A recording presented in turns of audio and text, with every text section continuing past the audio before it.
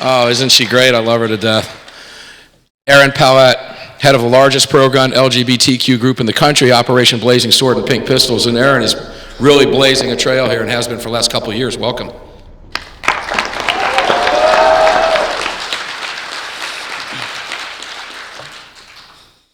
Thank you for setting the height. That's perfect. Hi, my name is Erin Palette, and as was mentioned, I am the founder of Operation Blazing Sword and the national coordinator for the Pink Pistols, which means that I am the head of the largest pro-gun queer group in the nation. I am also a single-issue activist, and that issue is the Second Amendment. Because without the right to keep and bear arms, without the means to defend my life against those who hate me for who I am and for who I love, all other rights are meaningless. Thank you. This panel is about how to grow gun rights. What would you say if I told you that there was a veritable ocean of support here in America that, if accessed, would make our Second Amendment rights unassailable by the government? It's true, but in order to reach them, you need to be a single-issue activist like I am. So let's just do some quick back-of-the-envelope math here. The population of America is 327 million people.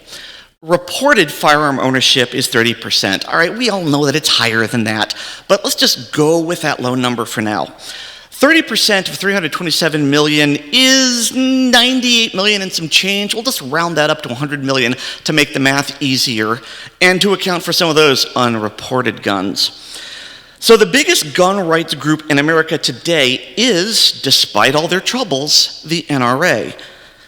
And their membership is 5 million. All right, so let's add Gun Owners of America, that's 2 million, SAF, that's 1 million, all of the other groups.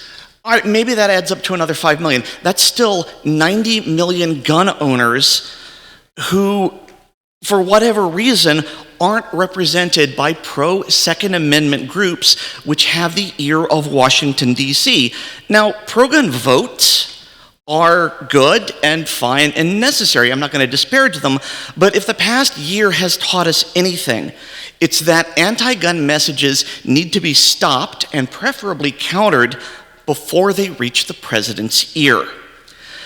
Now, if the NRA, an organization that represents only 5% of all known gun owners, is the big bad boogeyman of Capitol Hill, which can scare politicians into doing what they want to do, can you imagine what a pro-Second Amendment organization representing a voting bloc of 100 million voters will accomplish? It will make politicians fetch their brown trousers. So how do we access this ocean of support? Now, the answer is very easy, but the cost is something which many of us will be loath to give up: our partisanship.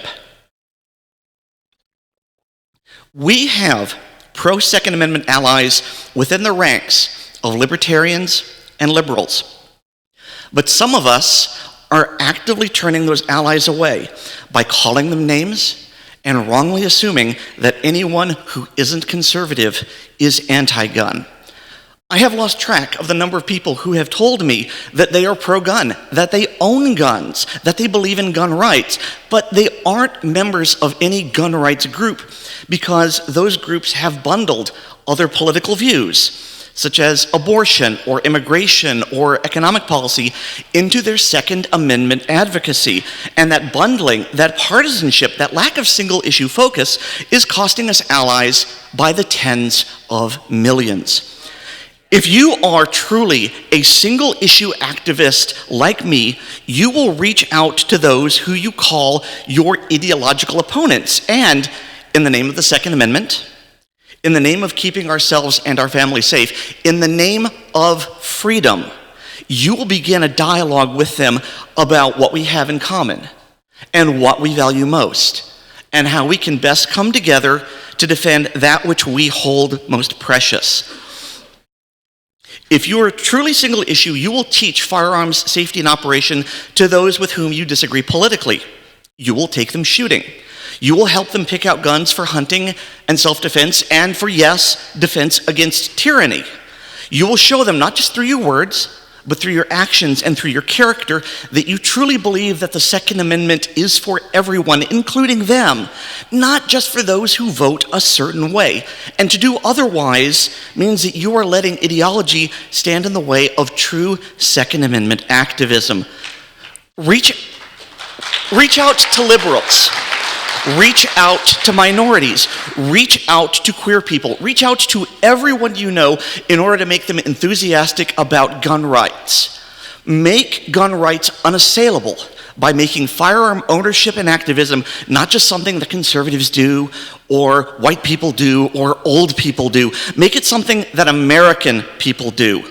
Make the Second Amendment American again. If you do this, I guarantee you that our Second Amendment rights will be preserved for generations to come. I'm Erin Palette. I am a single-issue activist. Are you? Absolutely awesome. Thank you very much. Great.